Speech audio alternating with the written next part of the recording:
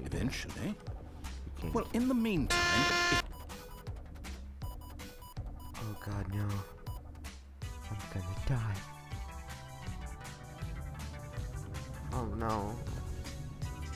I do hate Mondays. Today's not a Monday. All of his co-workers were gone. What could it mean? Oh god. Stanley decided to go to the meeting room. Perhaps he had simply missed a memo. Oh. No.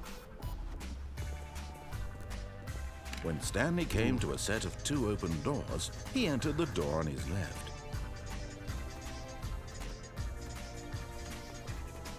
Should I do the same thing again? I'm gonna do the same thing again. Right? No. You have 2 options, but it's too much choice. It's too much. Ah! Alright. Odd, even. First number is even. So it's even again. My fractions were This was recorded not at the 6 correct way times. to the meeting room, and Stanley knew it perfectly well. Let's speed Perhaps he wanted to stop by the employee lounge first, just to admire it. Let's go. Let's get out. I'm done. Wow. No, we're Yes, going. this room. Nope, But we're leaving. eager to get back to business, Nope, we're leaving. Stanley took the first open door on his left. This will be a creepy one. I'm going here. That's creepy too. Dude, that's creepy too. Is that less creepy of it? Oh, yes. And so he detoured through the maintenance section, walked straight ahead to the opposite door, and got back on There we track. go. This feels more safe. Okay. Here we go. Yet there was not a single person here either. Tips for not getting Feeling a less. wave of disbelief, Stanley decided to go up to his boss's office, hoping he might find an answer there. You didn't. No, you didn't. And then ball up inside, you take it up passive aggressively. Okay. Ooh. Stanley stepped into the broom closet, but there was nothing here, so he turned around and got back on track. Nah. You can't tell me what to do. There was nothing here. No choice to make, no path to follow, just an empty broom closet. Yeah. No reason to still be here. But it's my broom closet. You can do what you want, game. It was baffling that Stanley was still just sitting in the broom closet. Yeah. He wasn't even doing anything. At least if there was something to interact with, he'd be justified in some way. As it is, he's literally just standing there Door. doing sweet FA. Show you my door, aren't you? Are you really still in the broom closet? Yeah. Standing around doing For you. nothing? Why? Please offer me some explanation here. I'm genuinely confused. It's beautiful. It makes me feel safe.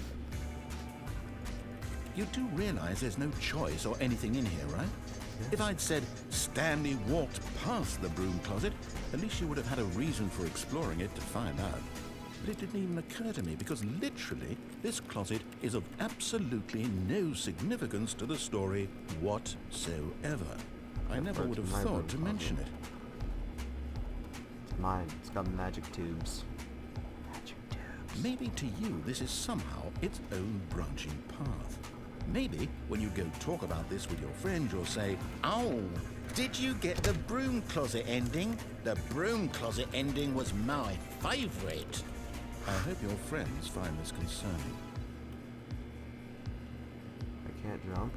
God dang it. Stanley was fat and ugly and really, really stupid. He probably only got the job because of a family connection. That's how stupid he is. That or with drug money.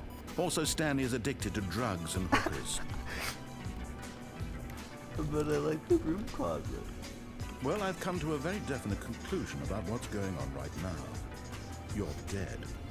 You got to this broom closet, explored it a bit, and were just about to Died. leave because there's nothing here, when a physical malady of some sort shut down your central nervous system and you collapsed on the keyboard.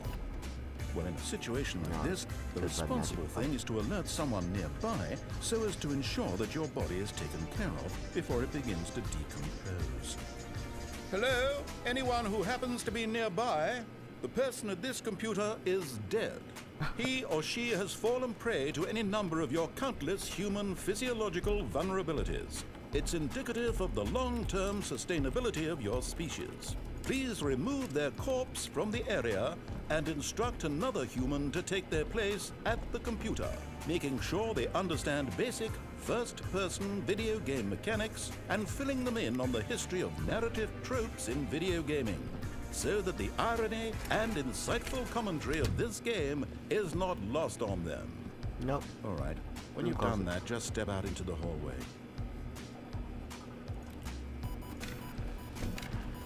Broom Closet. It's mine. What you gonna do? Mr. Dude? It's my closet.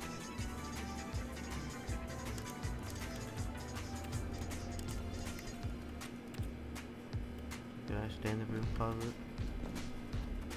Oh no. I like it.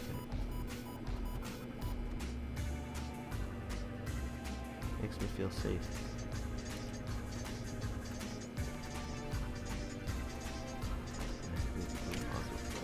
Ah, second player. It's good to have you on board. I guarantee you can't do any worse than the person who... Coming to a staircase, Stanley walked upstairs to his boss's office. Oh god. Oh god, it's more choice. Oh.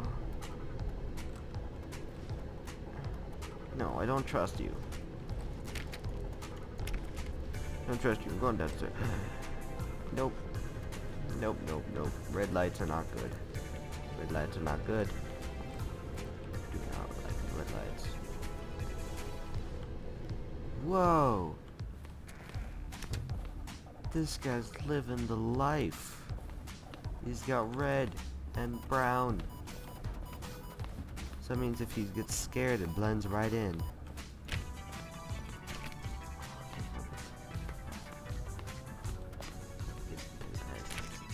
Nope. Alright. And doors closed. Stepping into his manager's office, Stanley was once again stunned to discover not an indication of any human life. Shocked, unraveled, Stanley wondered in disbelief who orchestrated this. What dark secret was being held from him? What he could not have known was that the keypad behind the boss's desk guarded the terrible truth that his boss had been keeping from him. And so the boss had assigned it an extra secret PIN number, 2845. But of course, Stanley couldn't possibly have known this. Wait, where's it? 2845. Is that right? 28. Stanley just sat around twiddling his thumbs. Trying to input anything on the device was useless, since he could never possibly know that the combination was 2845. Oh. 2845. Stanley simply began entering random codes into the keypad, knowing full well the sheer statistical unlikelihood that this would ever result in a correct combination. If he knew that the combo was 284, forgot, but it turns out that the panel's emergency override kicked in, and the door just opened all by itself. No, it didn't. And Stanley got the hell along with the story. Well, whoop-de-doo. See? What's up here? Hey. Down here. Oh god. Oh god. Okay then. I'm being given the illusion of choice. No. Illusion of choice, it hurts. It hurts. Oh no. Can we not? Descending deeper into the building, Stanley realized he felt a bit peculiar. It was a stirring of emotion in his chest, as though he felt more free to think for himself, to question the nature of his job. Why did he feel this now, when for years it had never occurred to him? This question would not go unanswered for long. Okay, that's weird. Stanley walked straight ahead through the large door Nope. that read Mind Control Facility. I'm... delusion of choice. My life is a lie. Escape? Oh, I'm going for it. Go. Although this passageway had the word escape written on it, Okay. the truth was that at the end of this hall, Stanley would meet his violent death. But of course, Stanley thought better of it and realized he simply had too much to live for. Ooh. Oh god, the questions are real. Would I prefer to live my life not knowing anything, or to die? I'm probably reading too far into it. Let's just escape. This large tunnel of Nope, safety looks... still on board with death? Yep. Oh god, life questions. Real questions. The door behind him was not shut. Stanley still had every opportunity to turn around and get back on track. No. Don't hurt At this me. point, Stanley was making a conscious, concerted effort to walk forward and willingly confront his death. Now, how you just made the story... You know what? I'm gonna spin randomly. I'm gonna choose there. This way. Back out. Is it? No. Oh god.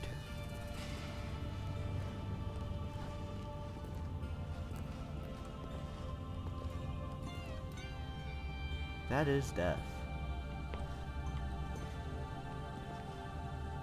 That would definitely kill me.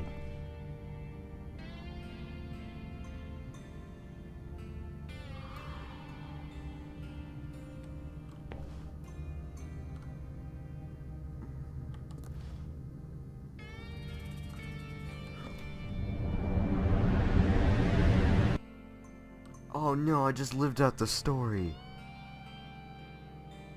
The story in that... Oh no.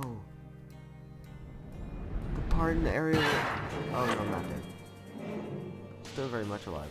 I'm in a bucket. As the machine whirred into motion and Safety Stanley was inched closer and closer to his demise, he reflected that his life had been of no consequence whatsoever. Stanley can't see the bigger picture. He doesn't know the real story, trapped forever in his narrow vision of what this world is. Perhaps his death was of no great loss, like plucking the eyeballs from a blind man. So he resigned and willingly accepted this violent end to his brief and shallow life. Farewell, Stanley. Bye, world. "Farewell, Stanley," cried the narrator, as Stanley was led helplessly into the enormous metal jaws. In a single visceral instant, Stanley was obliterated as the machine crushed every bone in his body, killing him instantly. What?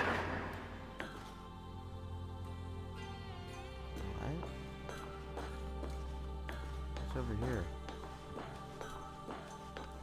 What?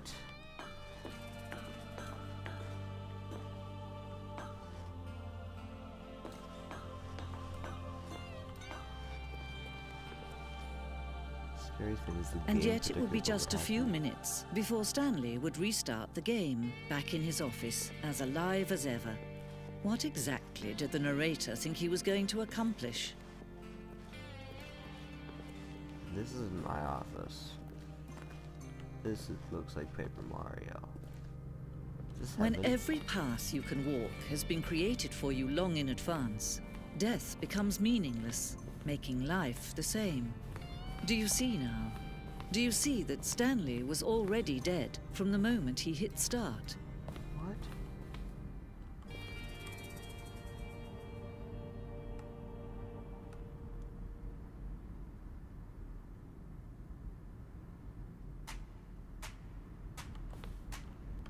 What? No.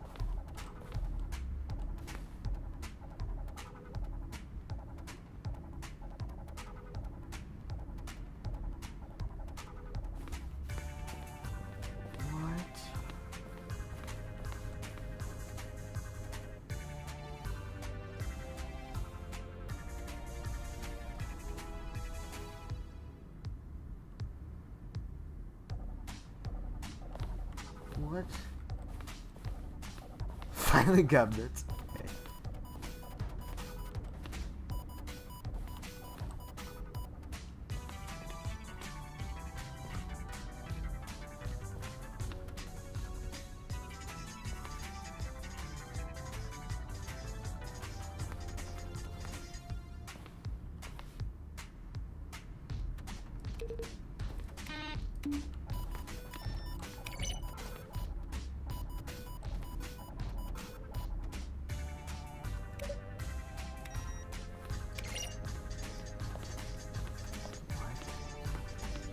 This game though.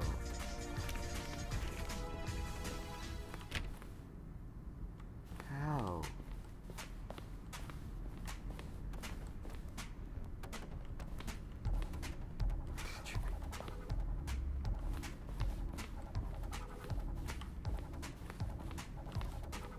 I'm speechless.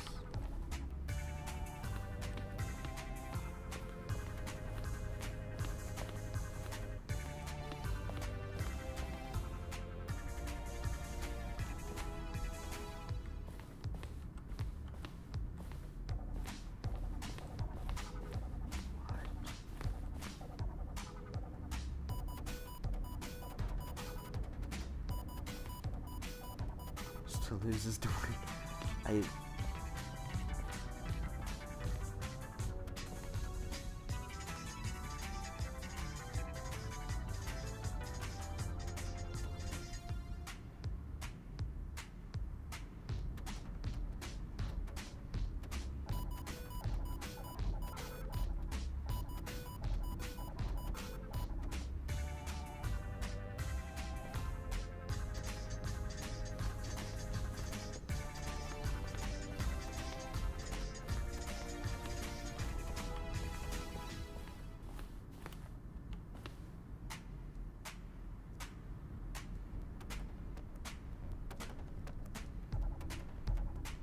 Oh my god. Oh.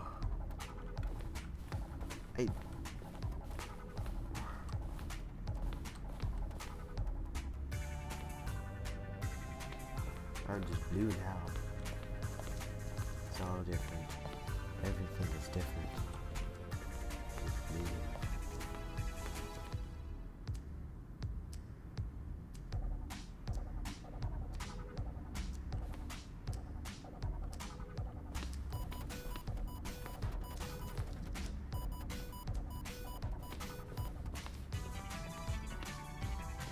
What's that noise?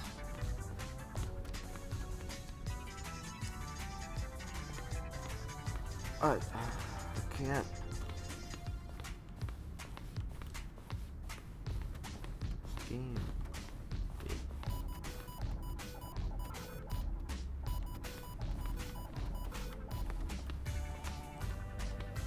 Why would you do this to me? Oh god. My head. Exit. Yeah.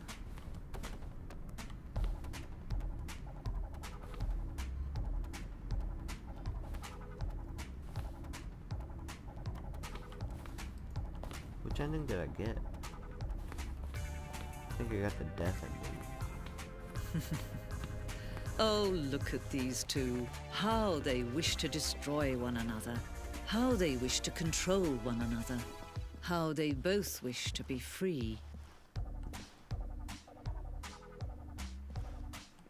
This is gonna feel amazing.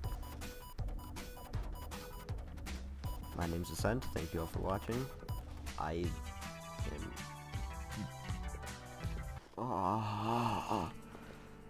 And goodbye. Can you see? Can you see how much they need one another? No, perhaps not. Sometimes these things cannot be seen. But listen to me. You can still save these two. You can stop the program before they both fail. Push escape and press quit. There's no other way to beat this game. As long as you move forward, you'll be walking someone else's path. Stop. Now you'll be your only true choice. Whatever you do, choose it. Don't let time choose for you. Don't let time... Oh my god.